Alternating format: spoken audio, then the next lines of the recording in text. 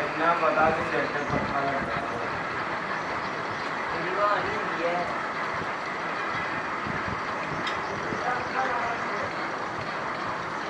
गाड़ी में पूछा नहीं आई हवा आमदी ना के पास इतना पता लगता है